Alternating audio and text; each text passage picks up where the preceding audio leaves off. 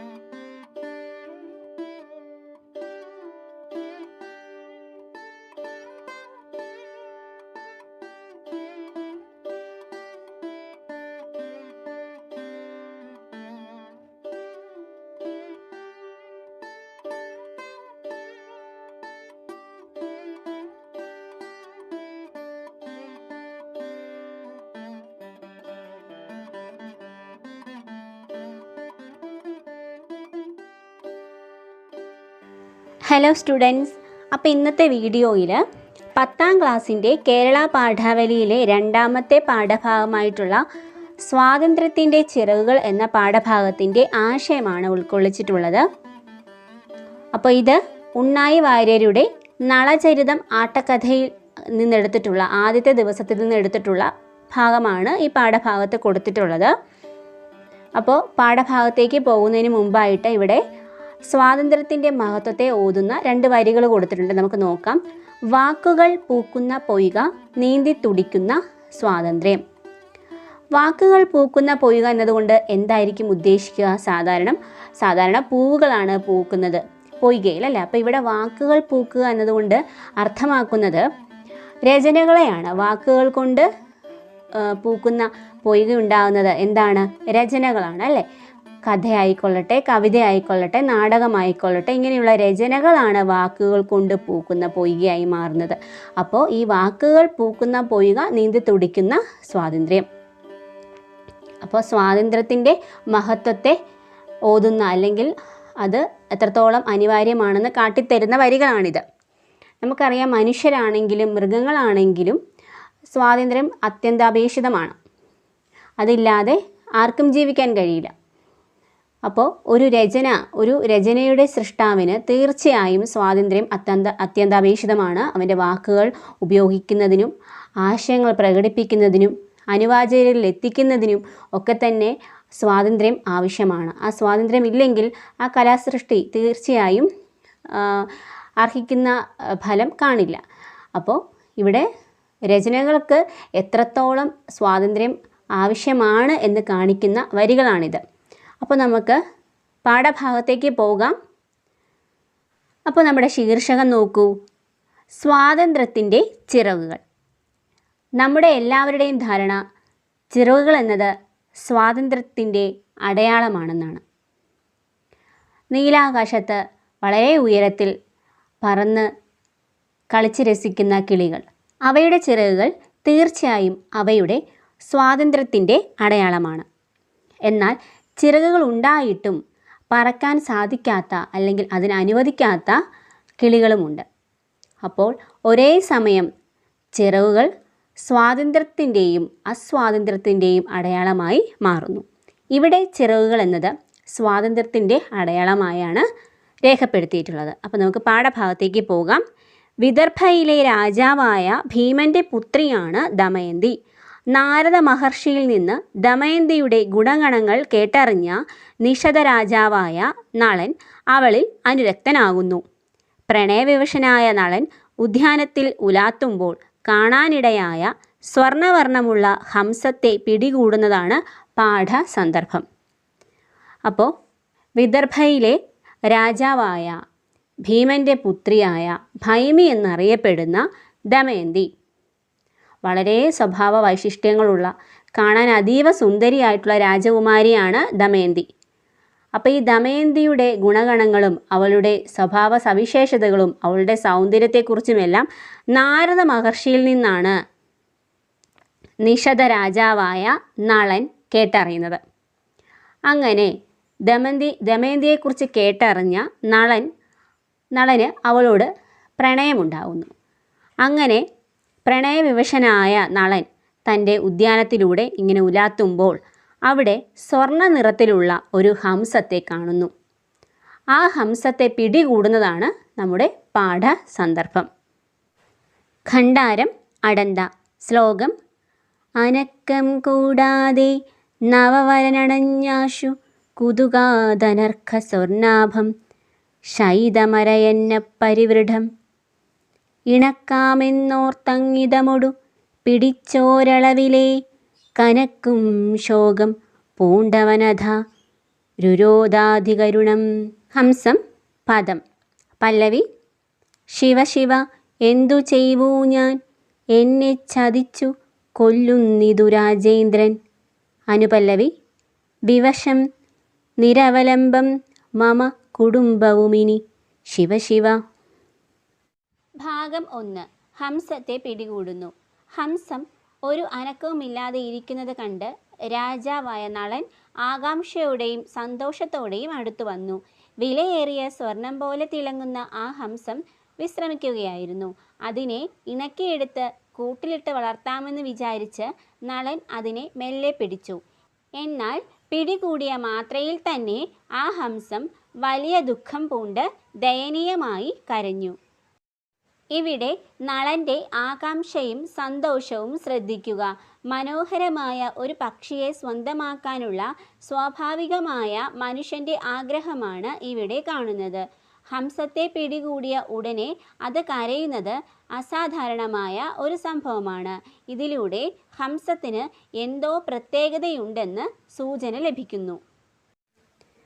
ചരണം 1. ജനകൻ മരിച്ചുപോയി തനയൻ ഞാനൊരുത്തനൻ, ജനനി തൻ്റെ ദശയിങ്ങനെ അഭിച്ച മമ ദൈത കളിയല്ല നദി ചിരസുധാ പ്രാണൻ കളയുമതി വിധുര എന്നാൽ കുലമിതഖിലവും മറുതി വന്നിതു ശിവ ശിവ. ഭാഗം 2. ഹംസത്തിൻ്റെ വിലാപം. അയ്യോ ശിവ ശിവ, ഞാൻ ഇനി എന്തു ചെയ്യും? ഈ രാജാവ് എന്നെ ചതിച്ച് കൊല്ലുകയാണല്ലോ. എൻ്റെ കുടുംബം ഇനി നിസ്സഹായരും ആശ്രയമില്ലാത്തവരുമായി തീരുമല്ലോ. അയ്യോ ശിവ, എൻ്റെ അച്ഛൻ മരിച്ചുപോയി. എനിക്ക് ഒരൊറ്റ മകനേയുള്ളൂ. എൻ്റെ അമ്മയുടെ അവസ്ഥ ഇങ്ങനെയാണ്. എൻ്റെ ഭാര്യയാണെങ്കിൽ അധികം വൈകാതെ പ്രസവിക്കാൻ പോവുകയുമാണ്. അവൾ എൻ്റെ മരണത്തിൽ അതിയായി ദുഃഖിക്കും. അങ്ങനെ എൻ്റെ വംശം മുഴുവനും അവസാനിക്കാൻ പോവുകയാണല്ലോ. അയ്യോ ശിവ ശിവ. ചരണം 2. ചെറുതും പിഴ ചെയ്യാതോരെന്നെ കൊന്നാൽ ബഹു ദുരിതമുണ്ട് തവ ഭൂപതേ. മനസ്സി രുചിജനകം എൻ്റെ ചിറകു മണികനകം ഇതു കൊണ്ടാകാ നീ ധനികൻ അയ്യോ ഗുണവുമനവധി ദോഷവുമായതു ശിവശിവ. ഒരു ചെറിയ തെറ്റും ചെയ്യാത്ത എന്നെ കൊന്നാൽ അങ്ങേക്ക് വലിയ ദുരിതങ്ങൾ ഉണ്ടാകും രാജാവേ. അങ്ങയുടെ മനസ്സിന് സന്തോഷം നൽകുന്നതും മണികൾ പതിച്ചതുമായ എൻ്റെ ഈ ചിറകുകൾ ഇതാ എടുത്തോളൂ. ഇതുകൊണ്ട് അങ്ങ് ധനവാനാകൂ. അയ്യോ എനിക്കുള്ള പല ഗുണങ്ങൾ ഇപ്പോൾ ദോഷമായി തീർന്നുവല്ലോ. അയ്യോ ശിവശിവ. ഹംസത്തിൻ്റെ വാക്കുകളിൽ സ്വന്തം ജീവനെക്കുറിച്ചുള്ള ഭയവും കുടുംബത്തെക്കുറിച്ചുള്ള വേവലാതിയും വ്യക്തമായി കാണാം. ശിവശിവ എന്ന വാക്ക് ഹംസത്തിൻ്റെ ദുഃഖത്തിൻ്റെ ആഴം വ്യക്തമാക്കുന്നു. തൻ്റെ മരണം കുടുംബത്തെ എങ്ങനെ ബാധിക്കുമെന്ന ഹംസത്തിൻ്റെ ചിന്ത ശ്രദ്ധേയമാണ്. നളനെ പ്രലോഭിപ്പിക്കാൻ ശ്രമിക്കുന്ന ഹംസത്തിൻ്റെ തന്ത്രപരമായ നീക്കവും ഇവിടെ കാണാം. തൻ്റെ ചിറകുകളിലെ മണികൾ നളന് സമ്പത്ത് നൽകുമെന്നും അതിനാൽ തന്നെ വെറുതെ വിടണമെന്നും ഹംസം അപേക്ഷിക്കുന്നു. എനിക്കുള്ള പല ഗുണങ്ങൾ ഇപ്പോൾ ദോഷമായി തീർന്നുവല്ലോ എന്ന വരി ഹംസത്തിൻ്റെ നിസ്സഹായാവസ്ഥയെയും വിധിയുടെ വൈപരീത്യത്തെയും സൂചിപ്പിക്കുന്നു. സാവേരി അടന്ത. നളൻ. പദം ചരണം 1. അറിക ഹംസമേ അരുതു പരിദേവിതം വിരസഭാവമില്ലാ നിന്നിൽമേ ദേഹമനുപമിതം കാണാൻ മോഹഭരമുദിതം നിങ്കൽ സ്നേഹമേ വിഹിതം നമയാ ദ്രോഹമിതു പൊഴുതമര ഖരവര ഗുണനിധേ ഖേദമരുതേ പറനിശ്ചയൊത്ത വഴി ഗച്ഛനീ. ഭാഗം 3. നളൻ്റെ പ്രതികരണം. നളൻ. ഓ ഹംസമേ അറിയുക, നീ ദുഃഖിക്കേണ്ട. നിന്റെ ഈ മനോഹരമായ രൂപം കാണാൻ എനിക്ക് അതിയായ ആഗ്രഹമുണ്ടായി. നിന്നോട് എനിക്ക് സ്നേഹം മാത്രമേയുള്ളൂ. ഞാൻ നിന്നെ ദ്രോഹിക്കാൻ ഉദ്ദേശിച്ചിട്ടില്ല. ഓ ശ്രേഷ്ഠനായ പക്ഷി, ഗുണങ്ങളുള്ള നിധിയായ നിനക്ക് ദുഃഖം വേണ്ട. നിനക്ക് ഇഷ്ടമുള്ള വഴിക്ക് നീ പറന്നു പോവുക. നളൻ ഹംസത്തിൻ്റെ വാക്കുകൾ കേട്ട് അതിനോട് ദയ കാണിക്കുന്നു. താൻ അതിനെ ഉപദ്രവിക്കാൻ ഉദ്ദേശിച്ചിരുന്നില്ല എന്ന് നളൻ വ്യക്തമാക്കുന്നു. നളൻ്റെ സ്വഭാവത്തിലെ ദയയും മനുഷ്യത്വവും ഇവിടെ വെളിവാകുന്നു. ഗുണങ്ങളുള്ള നിധി എന്ന് ഹംസത്തെ വിശേഷിപ്പിക്കുന്നതിലൂടെ നളൻ അതിൻ്റെ പ്രത്യേകതയെ അംഗീകരിക്കുന്നു. ഒടുവിൽ നളൻ ഹംസത്തെ സ്വതന്ത്രമാക്കുന്നു.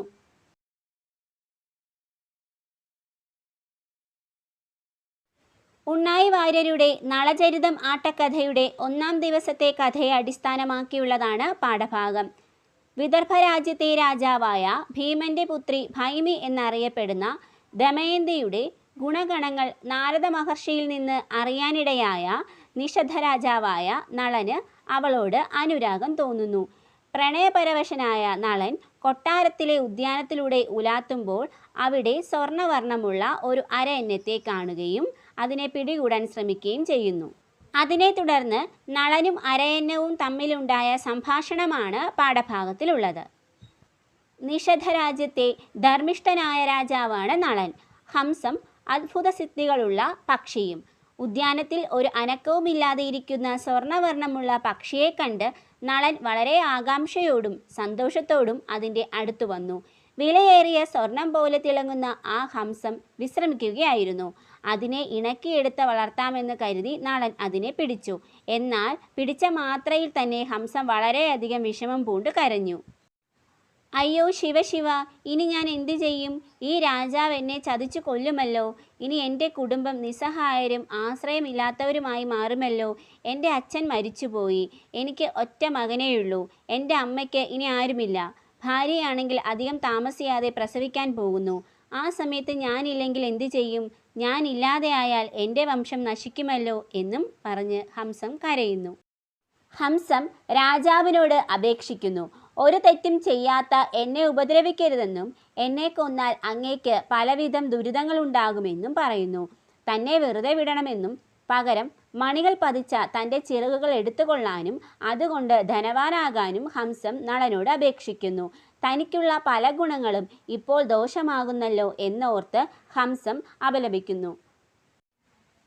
എന്നാൽ നളൻ ഹംസത്തെ പിടികൂടിയത് കൊല്ലാനല്ല എന്നും മനോഹരമായ രൂപം കണ്ടിട്ട് ആഗ്രഹം സഹിക്കാൻ വയ്യാതെ ആണെന്നും ഹംസത്തോട് പറയുന്നു. എനിക്ക് നിന്നോട് സ്നേഹം മാത്രമേ ഉള്ളൂ എന്നും നിന്നെ ഞാൻ ദ്രോഹിക്കില്ല എന്നും നിന്റെ ഗുണങ്ങളിൽ നിനക്ക് ദുഃഖം വേണ്ട എന്നും നീ ശ്രേഷ്ഠനായ പക്ഷിയാണെന്നും ആയതിനാൽ നിനക്കിഷ്ടമുള്ള വഴിക്ക് നീ പറന്നു പൊക്കോളൂ എന്നും ആ ധർമ്മിഷ്ഠനായ രാജാവ് ഹംസത്തോട് പറയുന്നു.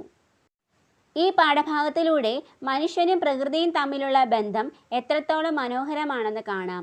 ജീവികളുടെ വേദനയോടുള്ള സഹാനുഭൂതിയുടെ പ്രാധാന്യം എത്രത്തോളമെന്ന് മനസ്സിലാക്കുന്നതാണ് പാഠഭാഗത്തിലെ ആശയം. അതുപോലെ സ്വാർത്ഥതയും ദയയും തമ്മിലുള്ള വ്യത്യാസം വരച്ചു കാട്ടുന്നു. വിധിയുടെ വൈപരീത്യങ്ങൾക്ക് നേർചിത്രമാണ് നളചരിതം ആട്ടക്കഥ.